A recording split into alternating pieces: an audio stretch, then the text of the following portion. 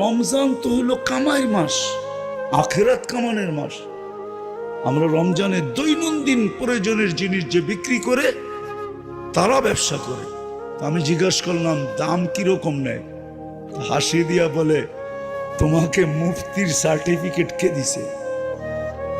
আমি বললাম এই প্রশ্ন আর মুফতির সার্টিফিকেট এটার ভিতরে সামঞ্জস্যতা কোথায়? তুমি কি পড়ো না রমজান সহানুভূতির মাস? আমাদের দেশে রমজানে দৈনন্দিন প্রয়োজনের জিনিস যারা বিক্রি করে তারা 1 টাকা মুনাফা নেয় না, এরা সহানুভূতি দেখায়। কেন? সহানুভূতির বিনিময়ে জান্নাত। কি? হ্যাঁ, হাদিসে আছে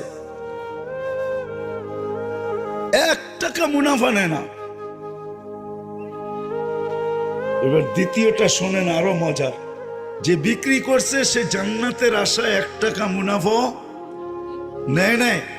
যে কিনছে সে কয় জান্নাত তো আমারও দরকার, তুমি লাভ নাও নাই বটে, এই টাকাটা আমি বেশি তোমাকে হাদিয়া দিয়ে গেলাম, আমারও জান্নাত দরকার।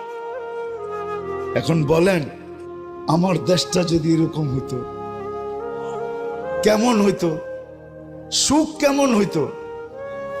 সুখ কেমন হইতো? সুখ দৈনন্দিন প্রয়োজনের জিনিস যারা বিক্রি করে তারা যদি বিক্রি করত যে যেই দামে কিনা ওই দামে বিক্রি, বা কস্টিং যেই দামে, সমস্ত ভাড়াটারা মিলায়া কস্টিং এই দামে বিক্রি করব, 1 পয়সা লাভ না।